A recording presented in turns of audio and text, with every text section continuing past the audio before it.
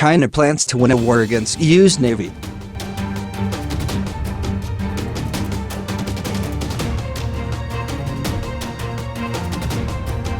After the missile tests, the carrier USS Nimitz left the Persian Gulf region and raced back to the Western Pacific. This was an even more powerful carrier battle group, consisting of the Aegis cruiser Port Royal, guided missile destroyers Oldendorf and Callaghan, which would later be transferred to the Taiwanese Navy, guided missile frigate USS Ford, and nuclear attack submarine USS Portsmouth. Nimitz and its escorts took up station in the Philippine Sea, ready to assist independence. Contrary to popular belief, neither carrier actually entered the Taiwan Strait.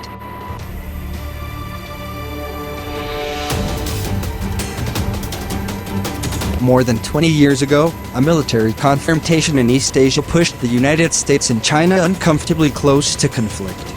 Largely unknown in America, the event made a lasting impression on China, especially Chinese military planners.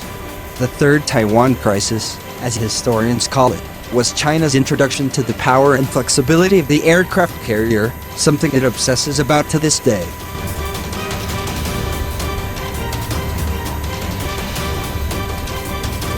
The crisis began in 1995. Taiwan's first ever democratic elections for president were set for 1996, a major event that Beijing naturally opposed.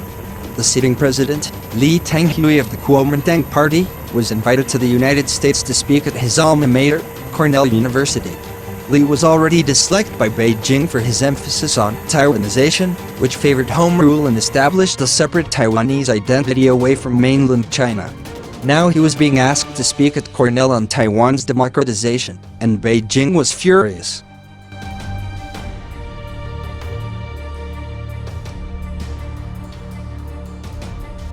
The Clinton administration was reluctant to grant Lee a visa. He had been denied one for a similar talk at Cornell the year before, but near unanimous support from Congress forced the White House's hand. Lee was granted a visa and visited Cornell in June. The Xinhua State News Agency warned, "The issue of Taiwan is as explosive as a barrel of gunpowder. It is extremely dangerous to warm it up, no matter whether the warming is done by the United States or by Lee Teng-hui. This wanton wound inflicted upon China will help the Chinese people more clearly realize what kind of a country the United States is."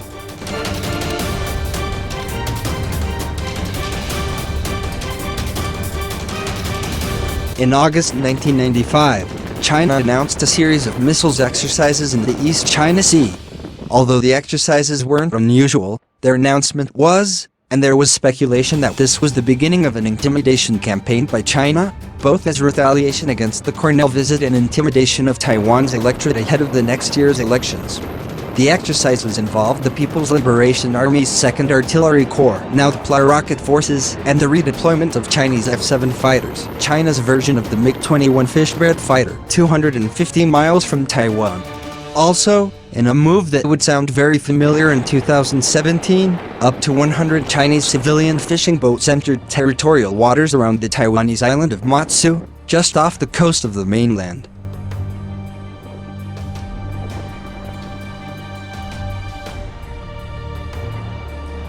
According to globalsecurity.org, redeployments of Chinese long-range missile forces continued into 1996, and the Chinese military actually prepared for military action. China drew up contingency plans for 30 days of missile strikes against Taiwan, one strike a day, shortly after the March 1996 presidential elections. These strikes were not carried out, but preparations were likely detected by U.S. intelligence.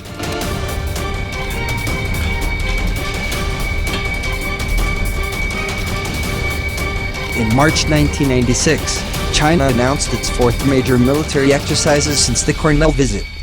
The country's military announced a series of missile test zones off the Chinese coastline, which also put the missiles in the approximate direction of Taiwan.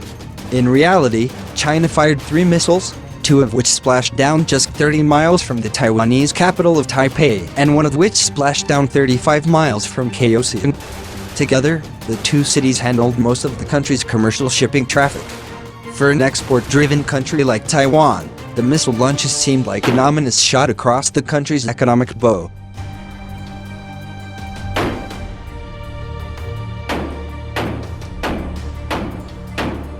American forces were already operating in the area. The USS Bunker Hill, a Ticonderoga-class Aegis cruiser, was stationed off southern Taiwan to monitor Chinese missile tests with its Spy-1 radar system.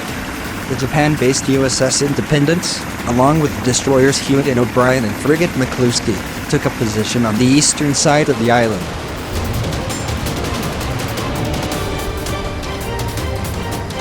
After the missile tests, the carrier USS Nimitz left the Persian Gulf region and raced back to the western Pacific. This was an even more powerful carrier battle group, consisting of the Aegis cruiser Port Royal, guided missile destroyers Oldendorf and Callaghan, which would later be transferred to the Taiwanese Navy, guided missile frigate USS Ford, and nuclear attack submarine USS Portsmouth. Nimitz and its escorts took up station in the Philippine Sea, ready to assist Independence. Contrary to popular belief, neither carrier actually entered the Taiwan Strait.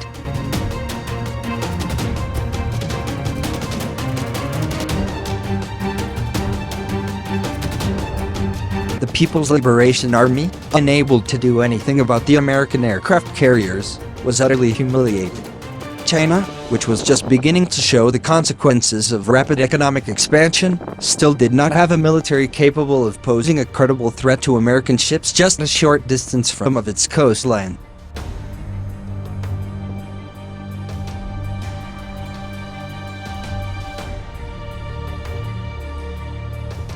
While we might never know the discussions that later took place, we know what has happened since.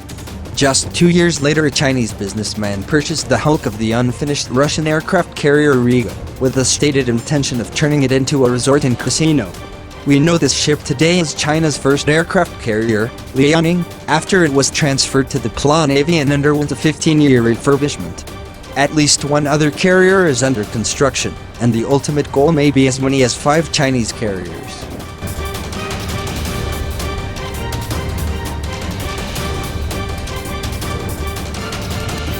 At the same time, the 2nd Artillery Corps leveraged its expertise in long-range rockets to create the DF-21D anti-ship ballistic missile. The DF-21 has obvious applications against large capital ships, such as aircraft carriers, and in a future crisis could force the US Navy to operate 800 to 900 miles off Taiwan and the rest of the so-called First Island chain.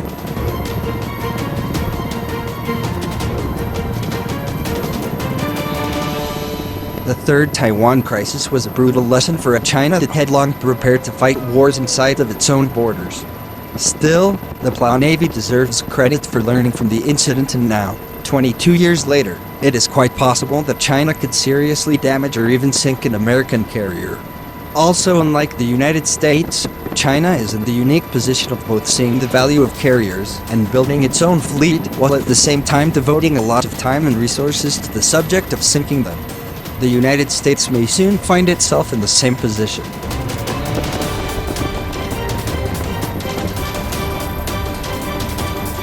Kyle Mizukami is a defense and national security writer based in San Francisco who has appeared in The Diplomat, Foreign Policy, War is Born, and The Daily Beast. In 2009, he co-founded the defense and security blog Japan Security Watch. You can follow him on